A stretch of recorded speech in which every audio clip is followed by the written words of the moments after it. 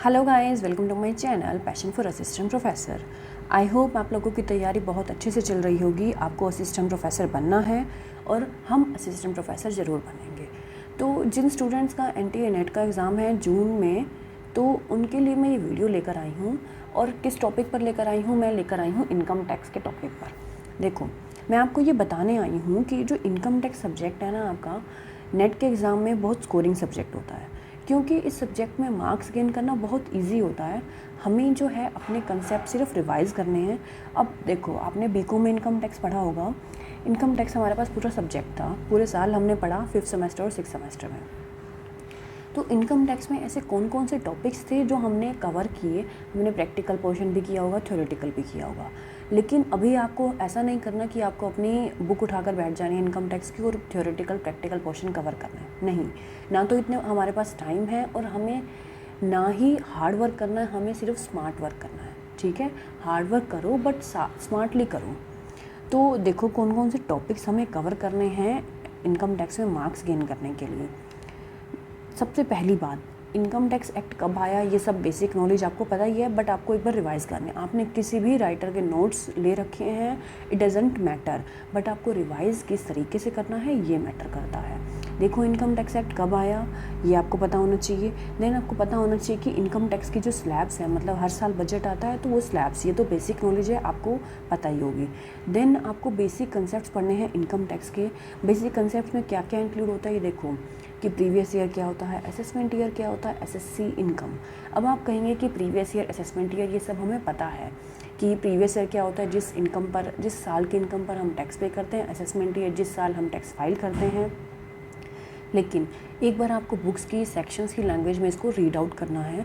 Then आपको देखना है कि जब आपको एग्ज़ाम्स में, यानी कि जो आप कोई भी मल्टीपल चॉइस क्वेश्चन प्रैक्टिस कर रहे हैं, तब आपको प्रीवियस ईयर और असेसमेंट ईयर क्वेश्चन किस तरीके से पूछे गए हैं, फिर आपको देखने हैं वो।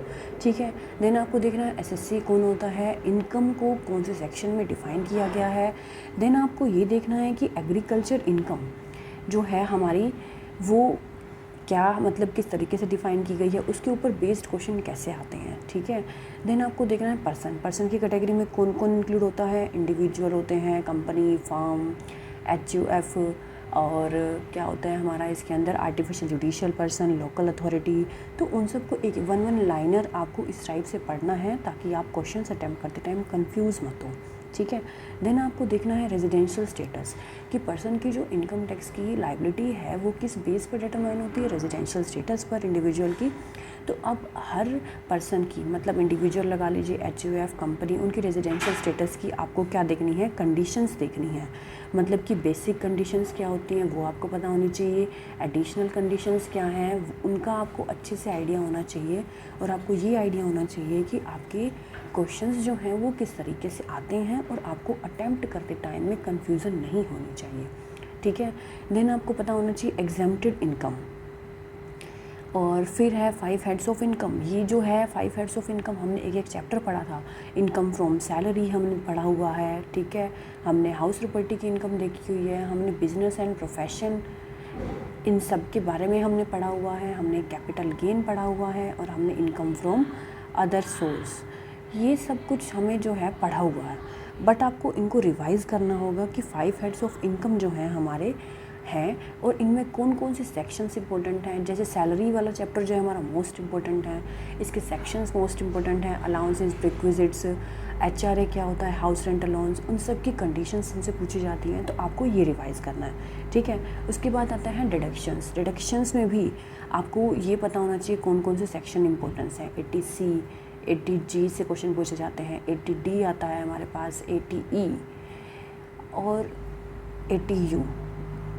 मतलब ये वाले सेक्शंस आपको बिल्कुल अच्छे से पता होना चाहिए कि क्या क्या कंडीशंस हैं इन सेक्शंस में।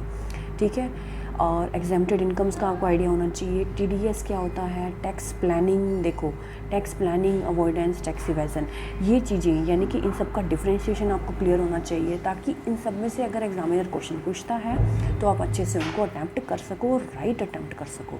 क्योंकि आजकल के जो एग्ज़ाम्स हैं ना, मतलब अभी जो नेट का एग्ज़ाम होगा आपका, उसमें डायरेक्ट क्वेश्चन पूछे जाते हैं, इनडायरेक्ट भी बहुत क्वेश्चन पूछे जाएंगे आपसे। टैक्स प्लानिंग और अवॉइडेंस में इस तरीके से स्टेटमेंट, अजम्पशन या ट्रू फॉल्स के क्वेश्चन आएंगे ताकि आप कंफ्यूज हो सके। लेकिन आपको कंफ्यूज नहीं होना है। अगर आप अच्छे से एक बार ये कंसेप्ट क्लियर करके जाएंगे, आई एम डैम श्योर कि आप अच्छे से एग्ज़ाम्स में इनकम टैक्स में स्कोर ले आएंगे। आपके various types of E filing ये आपको पता होना चाहिए, और डबल टैक्सेशन का कंसेप्ट भी आपको क्लियर होना चाहिए।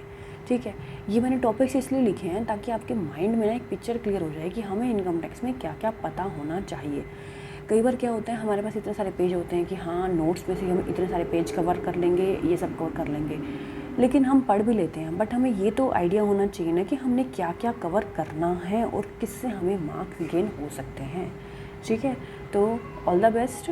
आप इनकम टैक्स की जो है इन टॉपिक्स से प्रिपरेशन करिएगा, और आपको एग्ज़ाम्स में आने वाले रिपीटेड क्वेश्चंस को भी अपने दिमाग में रखना है, ताकि आप एग्ज़ाम में मार्क्स जो हैं वो अच्छे से गेन कर सकें। ठीक है, तो मिलते हैं नेक्स्ट वीडियो में। Bye bye.